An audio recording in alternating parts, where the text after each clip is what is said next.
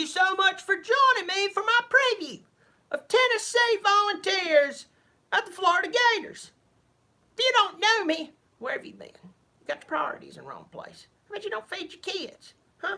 I bet when you get in the shower, instead of washing your face first and your unmentionables, you start with your butt crack and you can work your way on up to the eyes and nose and mouth and everything else. That's weird. Maybe true. I'm Bobby Dirkens. So glad you're here. Hit the subscribe button, turn on notifications. Got everybody saying may there to me. Clemson, Carson, Diplomat, Real McCoy saying may there to me. I just got finished doing a riveting review of Georgia and Notre Dame. Don't turn it off and go watch it now. You watch it after you watch this one.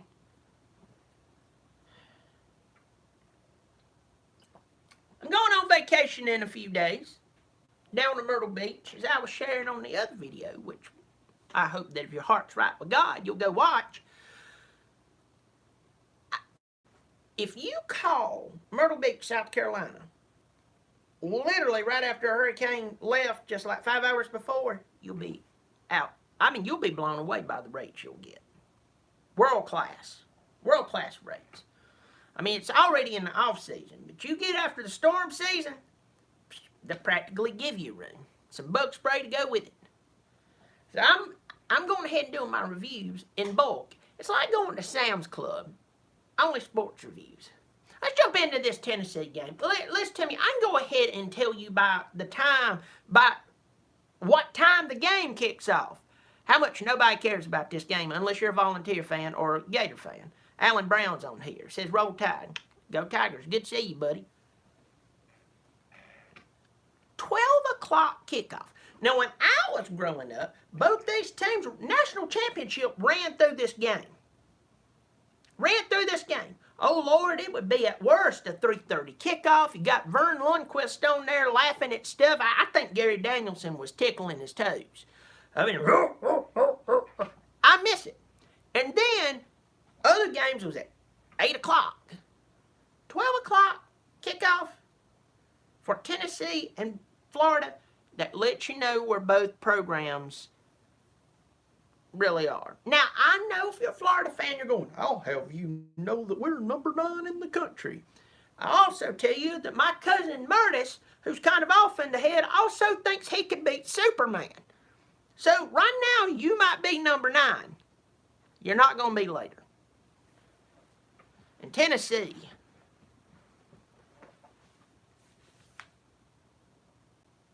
what happened to y'all?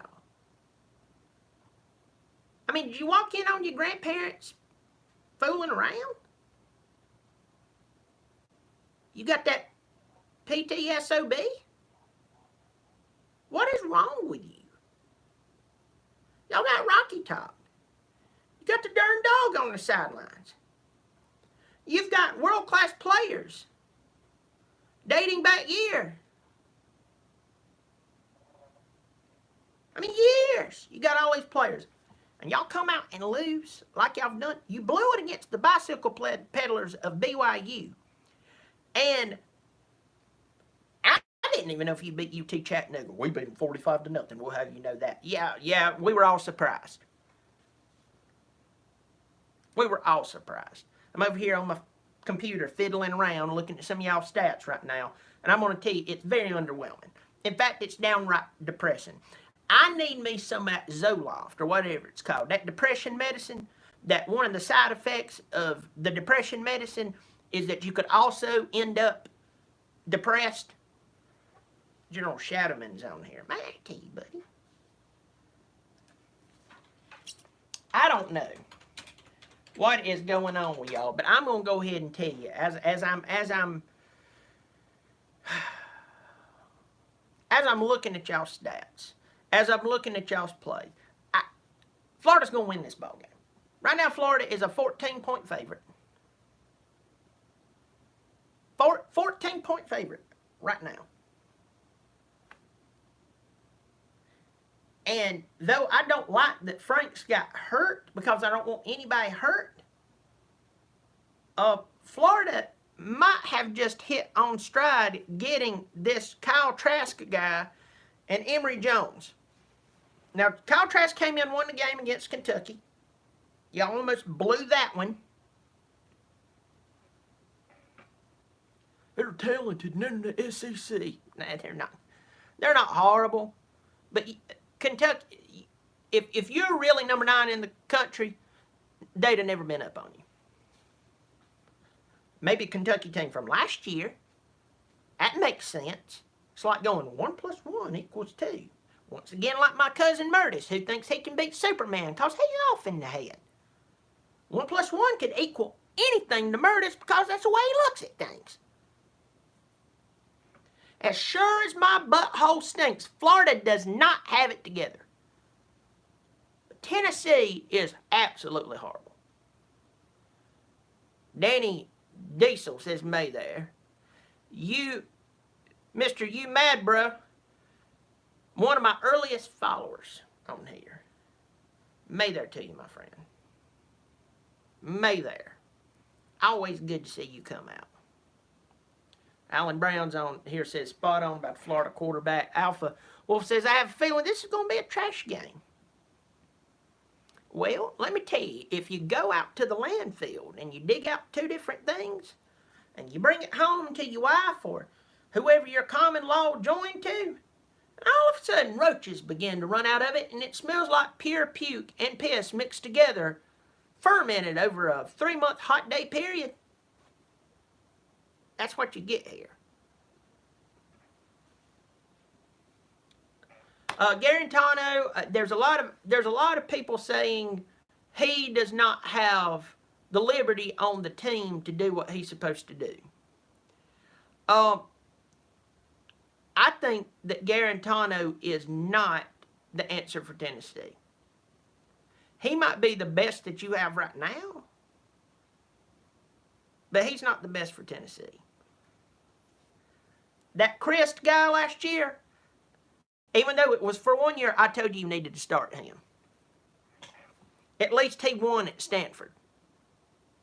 At least he won for Stanford. When I saw that y'all started Garantano, and everybody was praising him because his number 1 dream was to go play in the SEC. Notice, and I'm not knocking the guy. I'm just saying for anybody who talked about that, I don't care about going and playing any conference. The only thing I care about is winning. I can go play for anybody. Lord, if I go and I lift enough weights, I might be able to actually walk on at some decent school, and I could say, I played there. And I was sitting on the bench the entire time. Maybe we get up to 140-0 on the blind kids in Mississippi, and they stick me in there, and I trot out there, and I sit around and tell my kids one day, kick back with a little glass of scotch, patting an Irish setter, and tell them I played for a school. If I can do that. So that means if he was kicked off the team tomorrow, he got his wish. He played in the SEC. Because it's tough as football. And the SEC is the toughest conference. I'm not going to argue that. Top to bottom, they're not what they are. The bottom tier teams is not near what these teams are. The guys up here like the Bama, the Georgia, LSU, especially if they got their offense figured out. The A&Ms, bi-weekly, the very schizophrenic Auburn.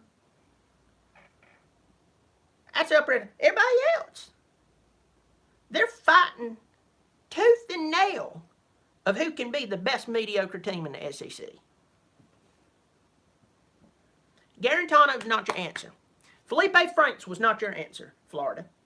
When they started him, I couldn't believe it. When I saw how he played against Miami, and then he punched the ball like he just won the flipping Super Bowl.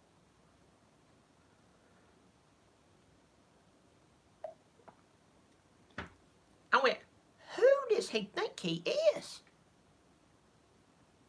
And then I get all these Florida fans coming on here and some Miami fans during that time going, you don't understand the emotion. Tom Brady has more rings than anybody, and he has little to no emotion.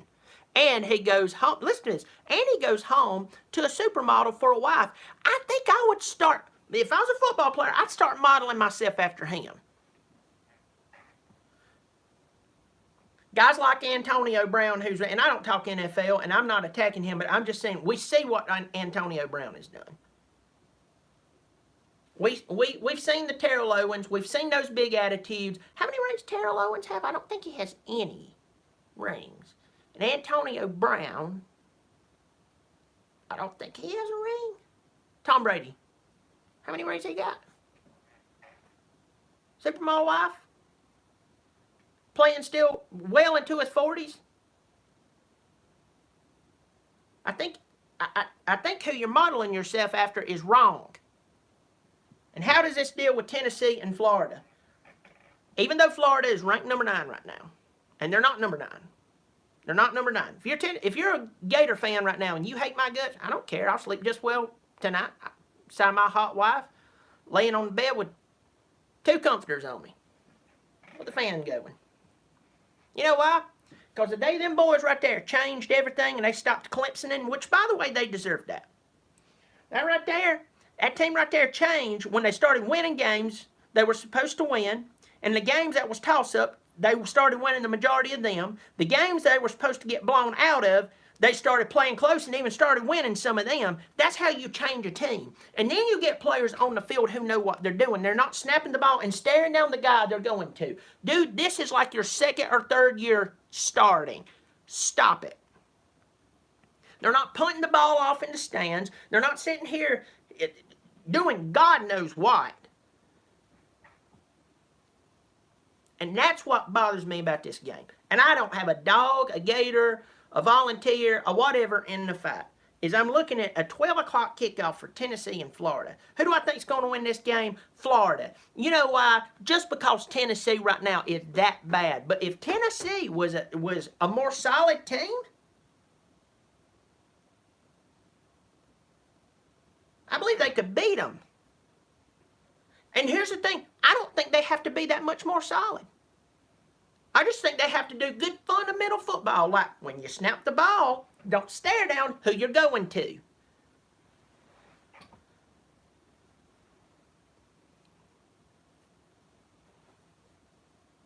And if this Kyle Trask comes out here, and I heard that Mullen said that they're going to run Emory Jones some, very talented football player, I think redshirt freshman.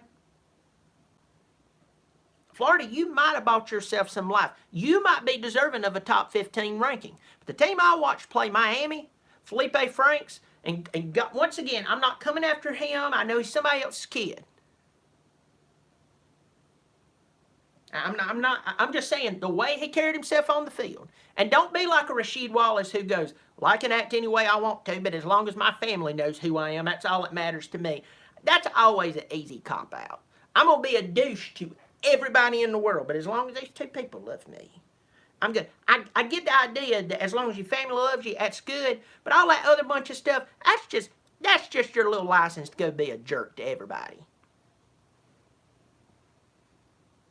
I mean, that's the dumbest thing. I remember Rasheed Wallace said, and the reason I brought that up, I remember him bringing that up in an interview with somebody back when he was playing, getting thrown out of every other game, and he looked like, and you looked in his eyes, he didn't look like he did when he was at North Carolina. No, something snapped with Rasheed. I don't know what it was. I don't know what popped, what happened. I don't know what drug they gave him. I don't know if they gave him a shot in the testicles and it gave him PTSD. I don't know what it was. And he's running around acting crazy. That's what Felipe Franks was doing. You had no leadership. If this young man comes in, this Trask guy, and I'm pointing at my screen right here, he comes in, and he and Emory Jones even looks like a leader. We know that Felipe obviously is done for this year. And I'm pretty sure this Trask guy will graduate this year. And next year it'll be Emory Jones' show. And if you're Florida, you're begging and praying to anything you even possibly think you believe in, that he is your man.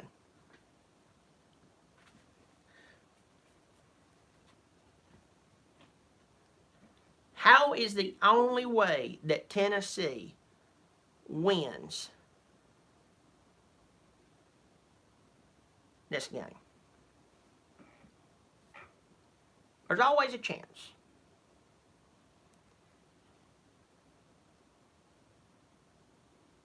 if you go back to the 2016 season and get those players, that's the only way this team beats Florida. Because Florida might have just fixed their biggest problem. And that was a leadership problem. You got somebody who's been sitting back there, been waiting to play quarterback for a long time. This Trask guy has been wanting to play quarterback for a while. He just been back here twiddling his thumbs, watching Felipe go out there and throw interception after interception, having to hear people talk about how great he is and how wonderful he is and he's the future of the program. Oh, he punted the ball into the stands. Hey, coach, look, you see, he's got a better punt. He's got a better leg on him than he does an arm. At least he can direct that ball in the general direction with his foot. He's been sitting there. Comes in and wins the ball game for you. That Felipe was given away. Here, underwhelming UK team.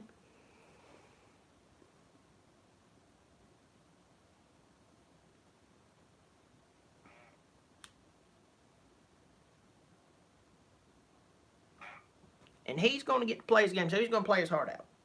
He's not going to be putting the ball in the stands. So Florida fixed their problem pretty quick. Keys to the game, take care of the football. Trust Trask. Trust Trask. That's a great political campaign slogan.